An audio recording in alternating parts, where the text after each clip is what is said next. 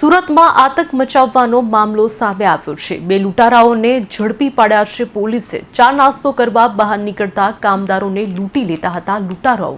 પોલીસે બંને આરોપીઓનો વરઘોટો કાઢ્યો છે। પોલીસે જાહેરમાં બંને આરોપીઓ પાસે માફી પણ મંગાવી છે।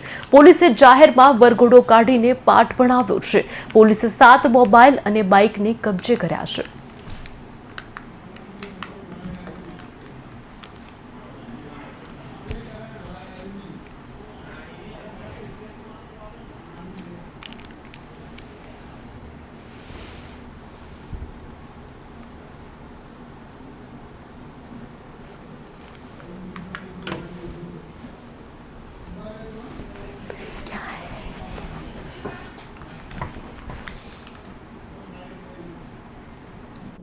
સચિન પોલીસ સ્ટેશનમાં એક બોડી ઓફેન્સીસ દાખલ થયેલો હતો। બીએનએસની કલમ 118(1), 118(2), 352, 54 અને જીપી એક્ટની કલમ 135(1) મુજબ આ ગુનાની તપાસ દરમિયાન અમુક ચોક્કસ બાતમી સ્થાનિક પોલીસને મળેલી હતી અને અમુક પુરાવો એકત્રિત કરવામાં આવેલા હતા।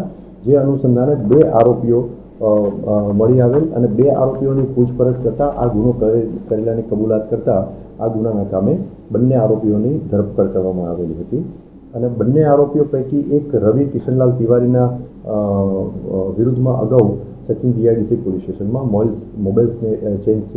મોબાઈલ સ્નેચિંગનો ગુનો પણ દાખલ થયેલ છે।